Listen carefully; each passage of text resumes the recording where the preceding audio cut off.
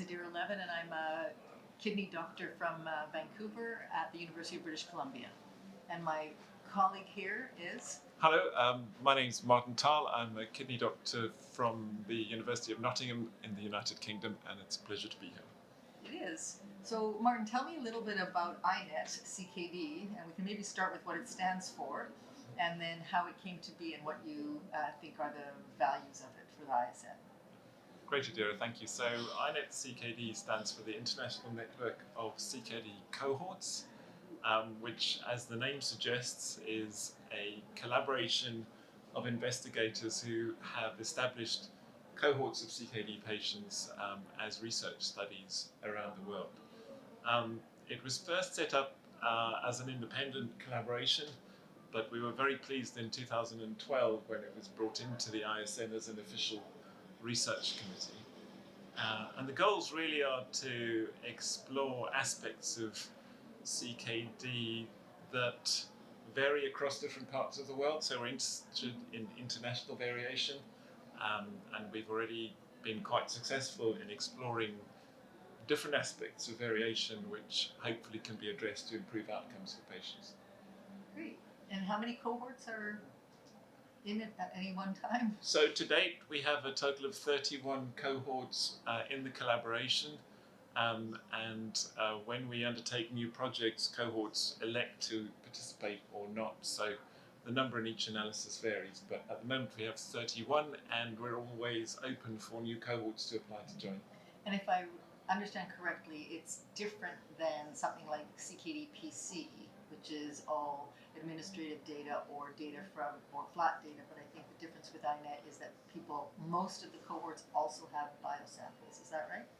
Correct. So the cohorts in iNET CKD are all established as prospective research studies, so patients are recruited and then followed prospectively, and the majority also have biosamples stored. Yes. So that makes it quite a valuable resource for this kind of studies. Good, yes. And if people would like to look on the website, they can see the criteria for joining, and there's an application for people to join if they like to. Oh, great.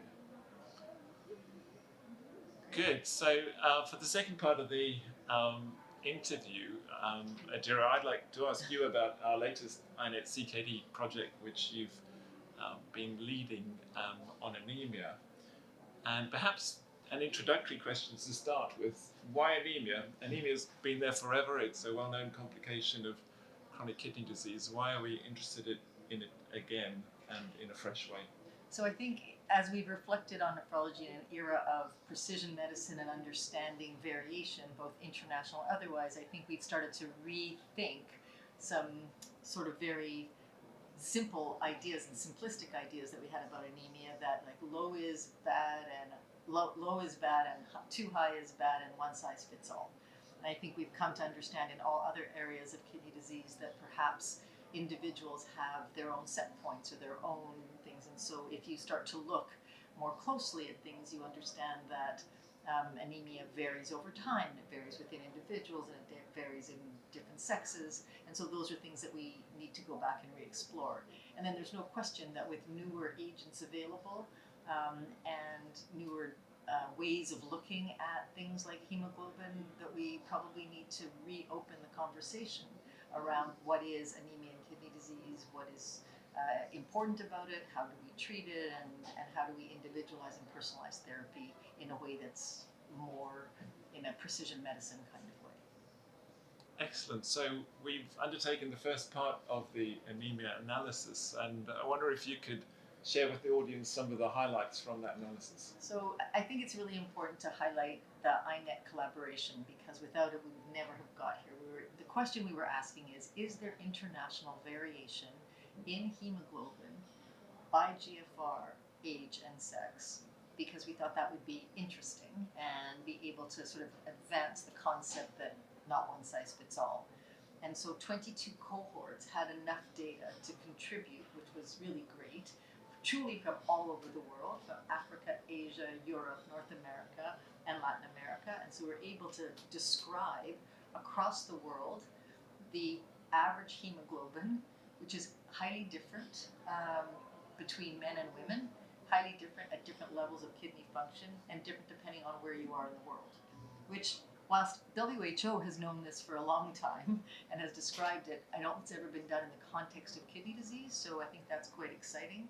And the way that we shared the data and put it together, I think, was also great evidence of the way that we are able to collaborate and use this network to its fullest. Thank you. So, like any good research, this body of work has raised new questions. So perhaps you could discuss for us some of the unanswered questions and ways in which we might be able to explore them. So one of the questions is, as you progress through kidney disease, as you said at the beginning, we know that anemia is a complication. But is it a complication in everybody? Does it fall at the same rate by kind of kidney disease that you have, the cause of your kidney disease, by your age, by sex, and by country? So does it fall over time? Is it completely related to your kidney function, or are there other factors depending on where you are in the world? And then, really important, which is harder to do in this cohort but might warrant a separate study, is the kind of question like, do different people respond and have different symptoms related to a level of hemoglobin that isn't just that everybody feels a certain way at a certain level? And I think that will be another piece of work. And if your kidney function is stable and your hemoglobin is falling, or the other way around, what does that mean? So I think there are many, many questions that this raises, and obviously at what point should one intervene would be the next corollary question. Excellent, thank you. I guess a last question. We're living in quite an exciting time with new treatments. We've never had so many treatments for anemia before. There are different iron preparations. There are the ESAs, and now we've got the HIF stabilizers. Could you maybe comment on the way forward in trying to work out the optimum way to treat anemia in this era? Yeah, I mean, it's such an important question for patients, but I think the hardest thing is, I think, maybe right drug, right place, right time, right person. And I think that's the exciting thing about nephrology is, it isn't a one-size-fits-all, and many people respond to iron at some point in their life and then need another agent, and whether they have an ESA or a HIF stabilizer might depend on their characteristics, the rate of fall.